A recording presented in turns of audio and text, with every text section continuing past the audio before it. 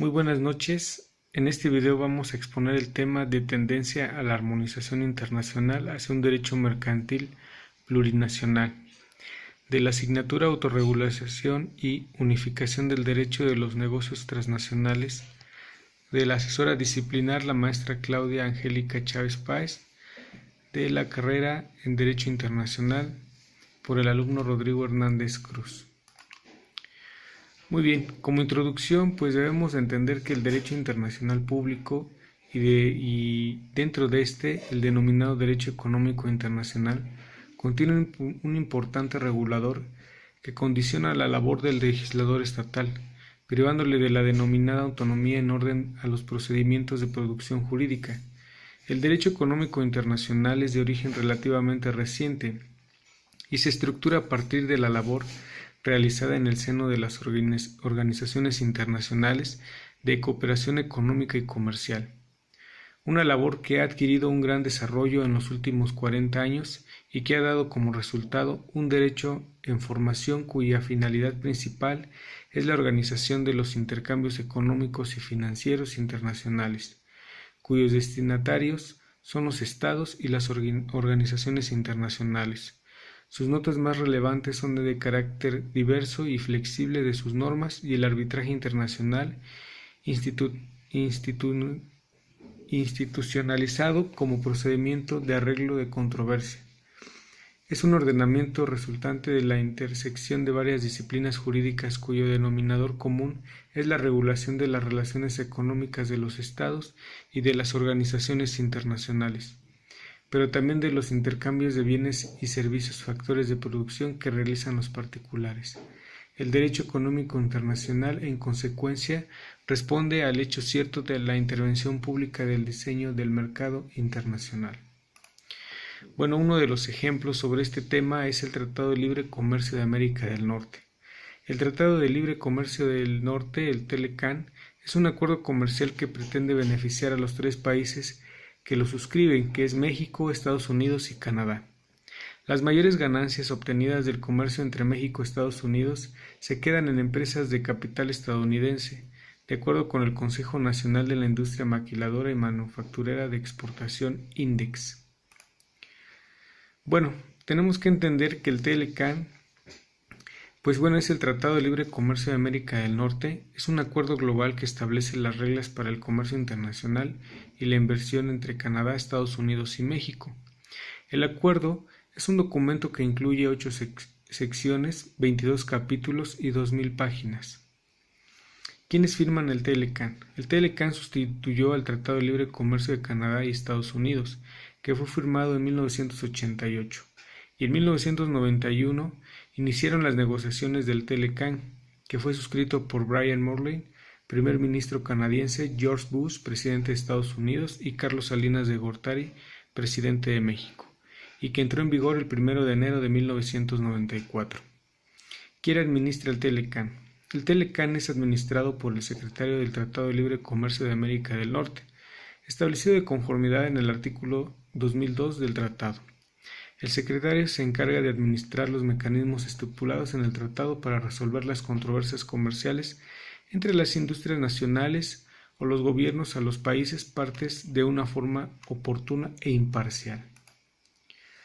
Los principales objetivos del TLCAN son conceder a los firmantes el estatus de nación más favorecida, es decir, que estos países cuenten con las mejores condiciones de comercio, entre ellos eliminar los obstáculos de comercio y facilitar la circulación transfronteriza de bienes y servicios, promover condiciones de competencia justa, aumentar las oportunidades de inversión, proporcionar protección y cumplimiento de los derechos de propiedad intelectual, establecer procedimientos para la resolución de disputas comerciales e implantar un marco para una mayor cooperación trilateral, regional y multilateral para ampliar los beneficios de acuerdo comercial.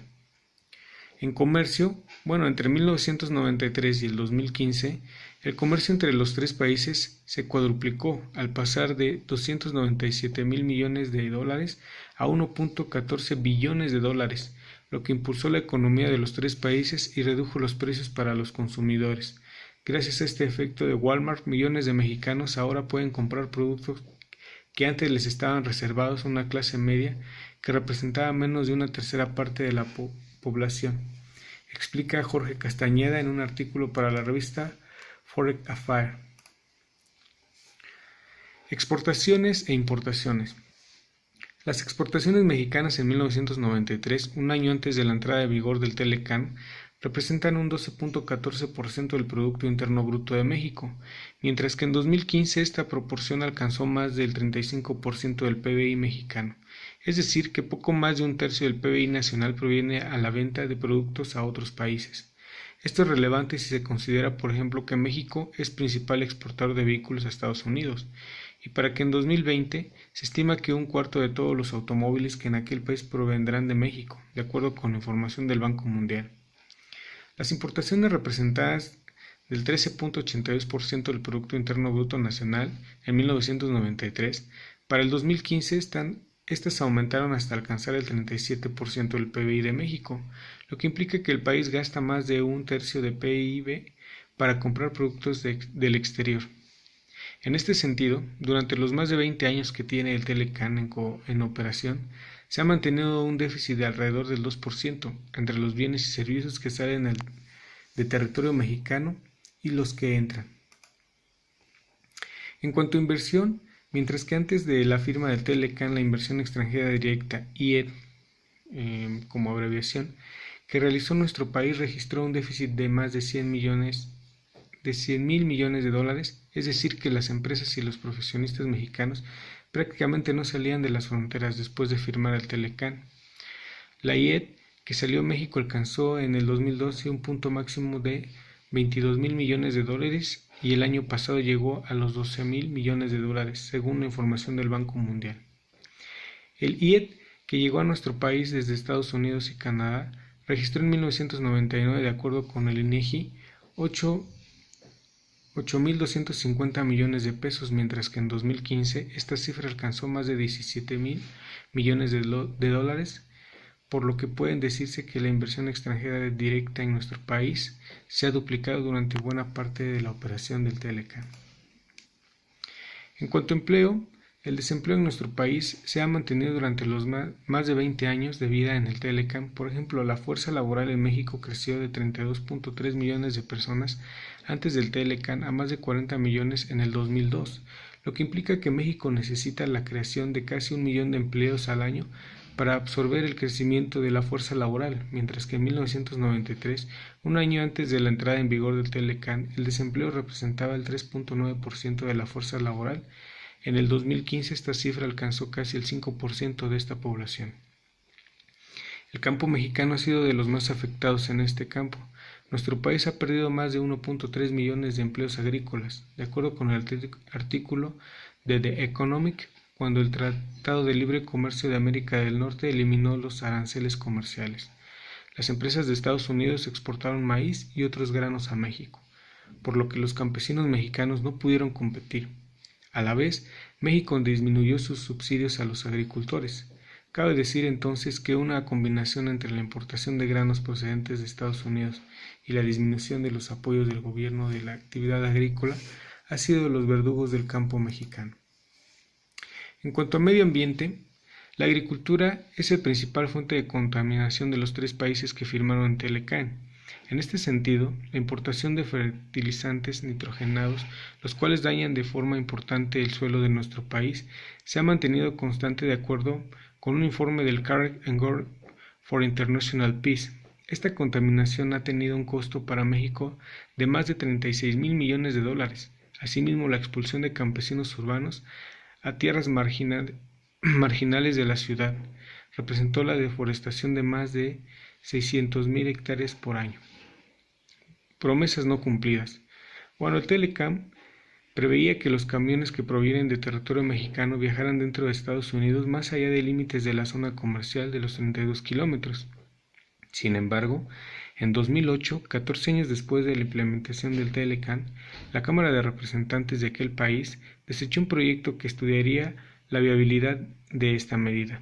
Los legisladores estadounidenses argumentaron que los camiones mexicanos no cumplían con los estándares de seguridad requeridos en aquel país. Bueno, el Telecan ha cumplido su propósito. El Telecan eliminó muchas de las barreras comerciales que existían entre nuestro país, Estados Unidos y Canadá. Asimismo, aumentó las oportunidades de inversión y estableció procedimientos para la resolución de disputas comerciales e incluso aumentó la competitividad de los tres países en el mercado global, lo que convierte a América del Norte en la mayor área de libre comercio en el mundo, respecto al PIB total. El Telecan ha tenido fuerte impacto negativo en la cantidad de empleos que se generan en nuestro país, así como la supervivencia del campo mexicano. A manera de conclusión, con la incorporación de Canadá a un acuerdo comercial trilateral con Estados Unidos y México, concluyeron los diálogos para renegociar y actualizar el Tratado de Libre Comercio de América del Norte, el Telecan, por sus siglas en español, y NAFTA por sus siglas en inglés, vigente desde 1994. Así los tres países firmaron un nuevo contrato comercial que lleva como nombre más bien, UMSCA, por las iniciales de United States, Mexico and Canada Agreement. Los gobiernos pueden ayudar aplicando leyes que respalden los esfuerzos del sector privado para proteger a los consumidores con códigos de autorregulación. Ahora bien, el conjunto de principios que se desprende de estas acciones puede resultar adecuado en algunos casos e inadecuado en otros, por lo que no puede generalizarse una doctrina acerca de la convivencia o inconvivencia de sus implantaciones. Aquellas medidas que puedan ser válidas para una empresa en un país determinado pueden no serlo para otra empresa, incluso dentro del mismo país o sector. Bueno, pues de antemano agradezco mucho su atención y les envío un cordial saludo. Gracias y buena noche.